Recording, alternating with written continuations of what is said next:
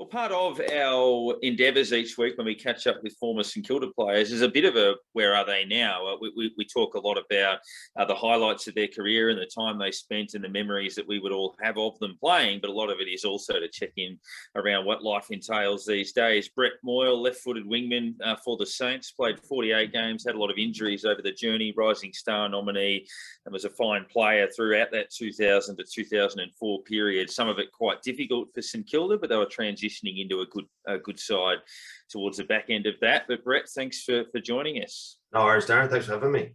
Now, I guess starting off with that, what has life been like? I know you won a couple of flags at ball and post St Kilda, but can you sort of take us through your footy journey and sort of what life's entailed since?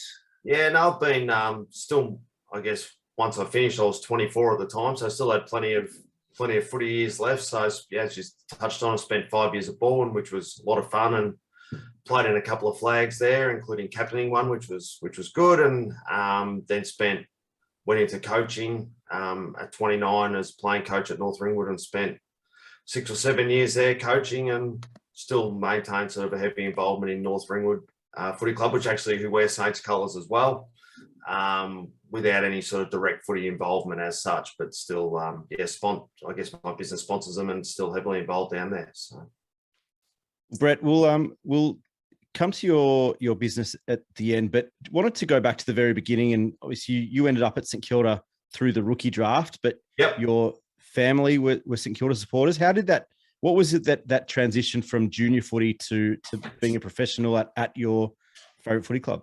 Yeah, and it was interesting. Well, I guess, funnily enough, I know my nan, Ivy, is probably well known to, who then passed away a couple of years ago, but heavily involved in, I was probably a well-known St Kilda supporter, I guess. Strange enough, growing up, I barracked for Carlton as a kid growing up, and but to be honest, when you're sort of sneaking in off the rookie list, you're keen to just get an opportunity wherever you can. So, absolutely, to have that opportunity at St Kilda was awesome. Yeah, in the same draft, so you were taken as a rookie, but we also picked up another rookie in Stephen Milne. Yeah. Did you have much to do with him when you first came into the club, and did you sort of think, oh, yeah, this guy's going to be a bit of a handful around the club? And how was the transition? Did that sort of play that helped you fit in as well, or? Well, funnily enough, Milne and I played in a Knox junior footy rep side as 9-year-olds together, and then played with and against each other all the way up. And I remember having a discussion with my dad along the way. I sort of thought, well, the way Milne plays, like when he was 9, he'd try and, balk around the man on the mark to have a shot for goal. You sort of thought, well, he's not going to get away with that when he plays, under 15 footy, and he won't get away with it when he plays under 18 footy, and he did.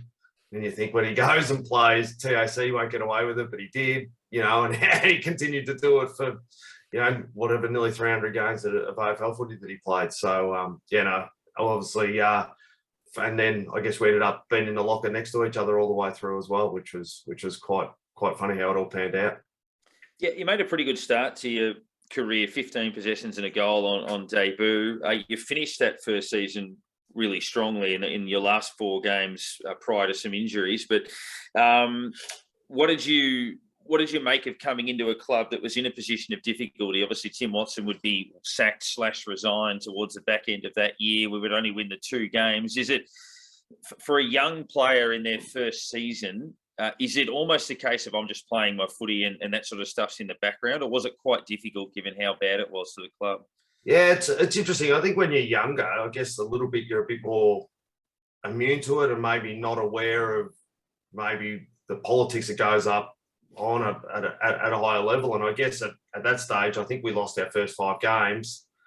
And that's sort of a little bit how my opportunity off the rookie list came about, probably because we're going so poorly, and they just sort of thought, well, we'll just we'll try something new. So I guess that was a positive that came out of it for me. But it was it was just interesting, to go about it. And I guess when you're a young guy at 20 at the time, I was just wanted to play my role every week and happy to get a game. I know as silly as simple as that sounds, but that's probably how it was. And so probably only on reflection that you look back and think a bit more deeply about the things that were going on in the background at the time.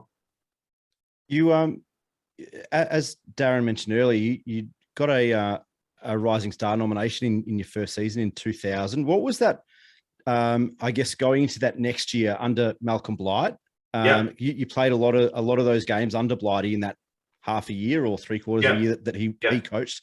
Obviously, there are some well-documented stories about Blight and his time at St Kilda, but what are some of your memories of playing footy under Malcolm Blight? Yeah, it's interesting. I guess the only games I missed when Blighty was at the club was when I was injured. So basically every time I was available, he played me. So I guess at the same time, I felt he was pretty hard on me, but people have then said, well, maybe he had some time for you and that's why he was hard on you because you were playing every week. So again, it's hard to know. I remember one story I do tell to people at this stage. I actually started the year not too badly. I think I had this first week 15 or 16 touches, and then the next 2 weeks, I think, along with Harvey, I had sort of equal the most possessions. Which, as a 21-year-old, I thought, geez, I'm starting to think I'm going all right. And then we're sitting in the Monday meeting watching the video of we lost to West Coast. I don't know if you remember a guy. Wilson, who was 29 and had big muscles at the time. And I think he kicked 7 or 8 against us in a game that we were expected to win, and we got done. So Blighty wasn't that happy on the Monday, but so he's walked in and just halfway during the meeting, he just made eye contact with me. I was sitting there minding my own business. He made eye contact with me and said something along the lines of, your first half was good and your second half made me want to spew, and you're no certainty to get a game this week. And I guess in my head, I thought, geez, I thought I was going all right.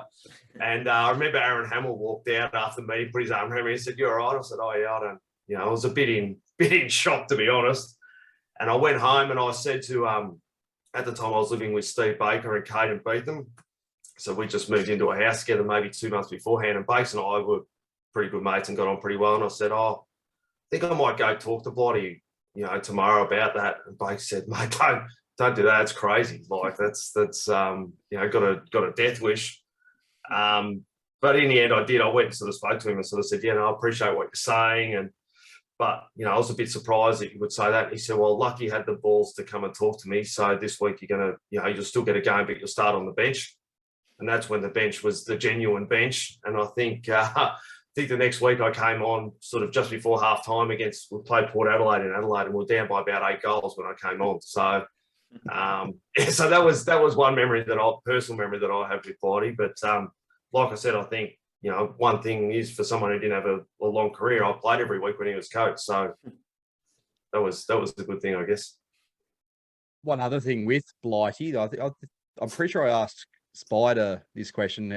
He was very early on in this podcast, pretty much back at the start. Yeah. One thing that Blighty did with the team at one point was actually bring you back out onto the ground after the game and set you all in the circle. And did you have much recollection of what he said to you? I remember it happened. I remember I was in there, but I can't remember too much about what got said, to be honest. So, I know it happened. And at the time, you sort of, again, like I said, on reflection, you probably think, geez, that was really strange. But at the time, I was like, oh, we're told to go out. So you go out and do as you're told. So, I was part of that, but I can't remember too much about what was said, to be honest. What did Spider say? I can't remember.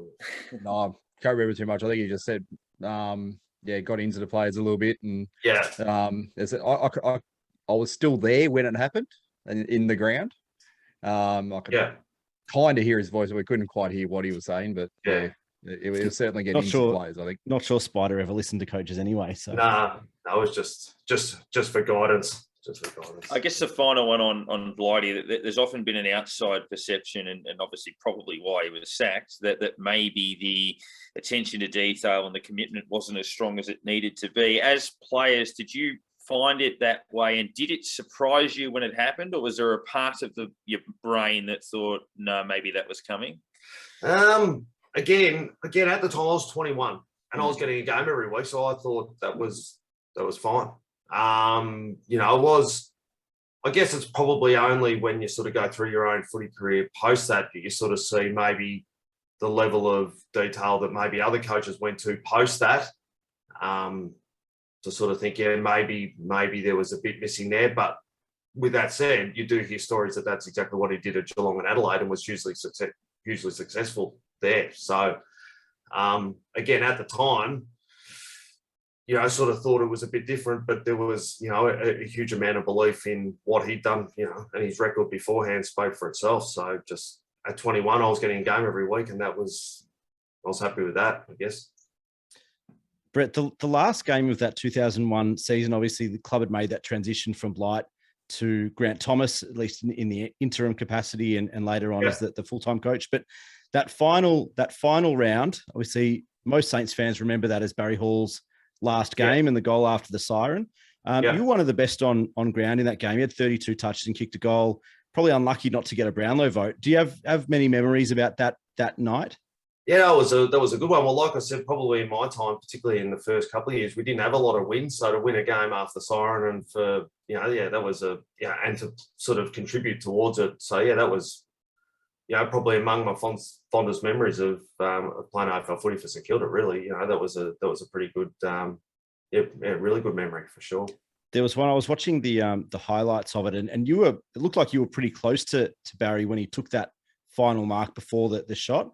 And it looked like you were pretty animated. You were pretty happy with how things were going. It was good when at least knew there probably wasn't a lot of time on the clock, and I think Milne might have hit the post just before. I think I handballed one to Milne, and then he had a shot and looked home and ended up hitting the post.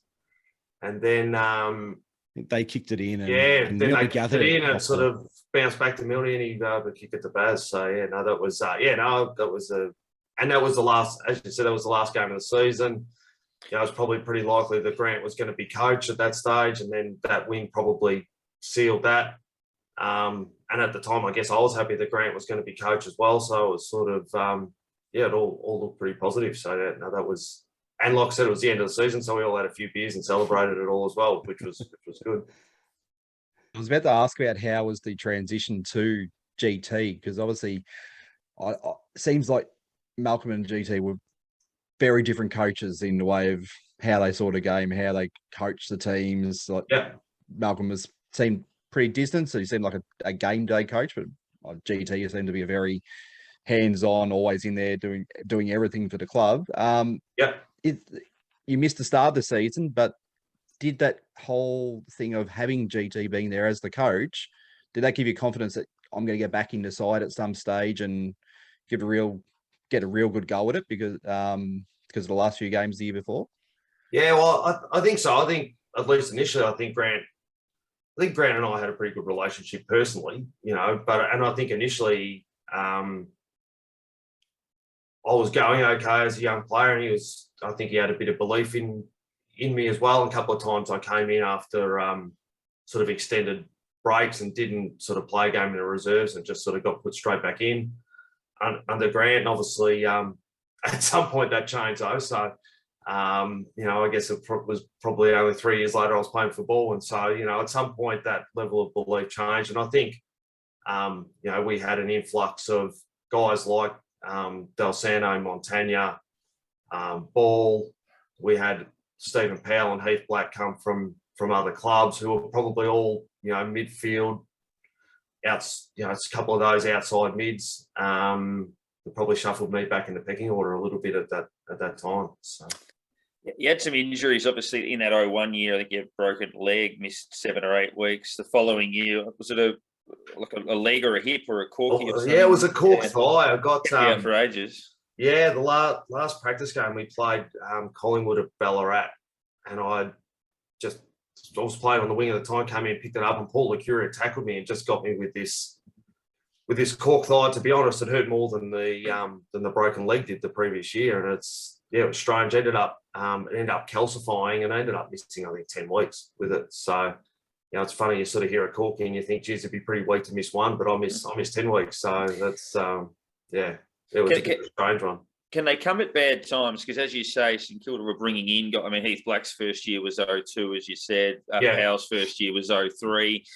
Do you feel that for you personally that some of those injuries came at, I guess, exactly the wrong time in terms of costing you some momentum? Yeah, I think certainly in the back, I played most of the back end of 2002, but probably coming off then missing 10 games, so probably all the fitness base that I'd lost. So probably, I think, as you say, like a little bit of momentum. And, I was sort of finished 2001 well, had a really good preseason 2002. So I think that one really came at not a great time. And yeah, probably the second half of 2002, I'd never probably played at the same level at AFL level again, even though I was only sort of 21 or 22. So yeah, and then I guess then from there, probably, as you say, the competition for spots probably heated up a little bit, and I was probably, probably second half of 2002 wasn't as good as the previous year or so.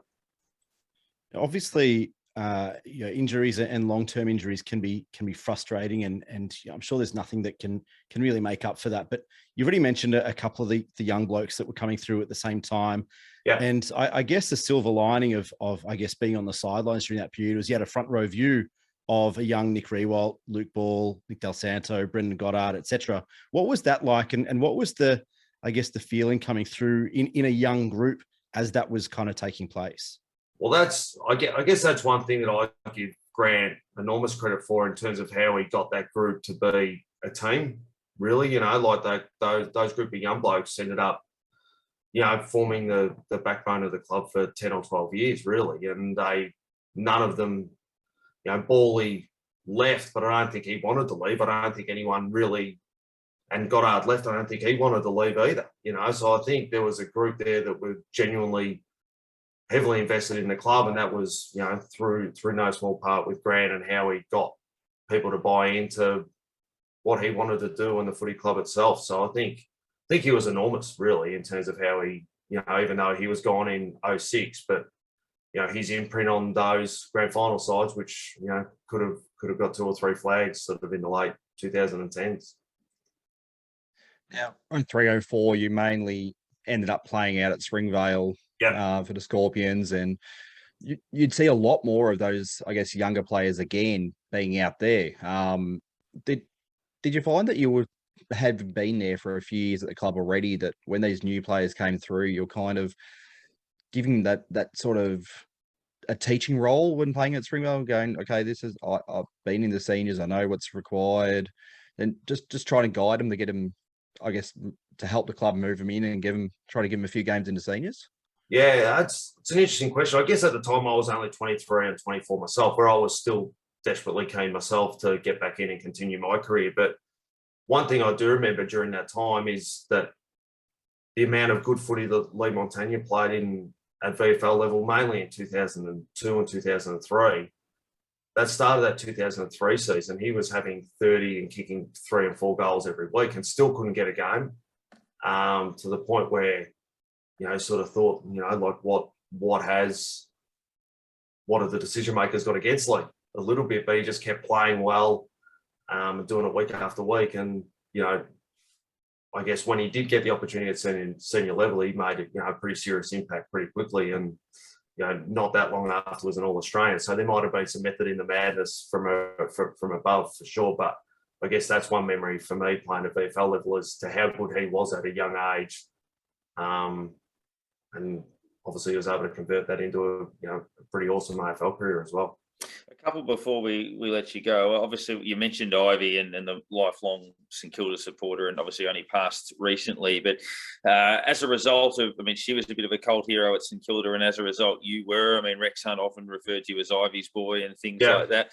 Did you feel that there was a bit of a favourite son element, and that she, being such a matriarch of the club, had a big role in that?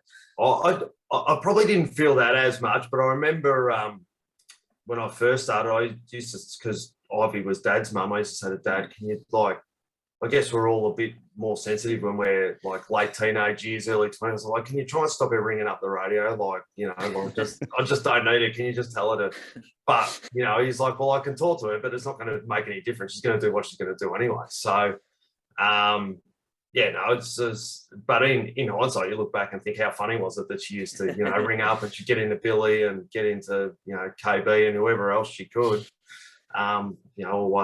always pumping up the Saints ties or, in most cases, ring up to defend someone. So, yeah. Brett, the last couple of years, obviously we've touched on the injuries, but you played 9 games over those final couple of seasons. At what point, I guess, did you see the writing on the wall, or did you know that it was time, or it was over, and how hard was that for you? That's a good question. I guess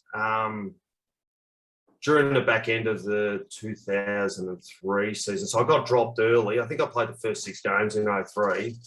I got dropped for a couple, and then I think I might have got a late call up and played 1 or 2 there, but didn't get a lot of ground time. Like I said, that's when the bench was the bench. You didn't sort of start on the bench and play 90% of game time like guys do now. So those last couple of games, I sort of felt the writing was on the wall a little bit, and I was sort of surprised when I was offered a contract for 1 year at the end of 03. And strangely enough, I was sort of always look back on reflection. I got offered a 3-year contract at the end of 02 and didn't take it because, sort of the recommendation was, well, you come off those couple of years of injuries, play really well for a year, and then we'll go back to the club and renegotiate. But I don't think that at the time Grant was doing the contracts as well as being the senior coach. So I don't know that really went down that well, to be honest. So I guess I was surprised at the end of 03 that I did get it at least offered another year. But I guess at that time, early in 04, I think I was probably playing the best footy that I'd ever played.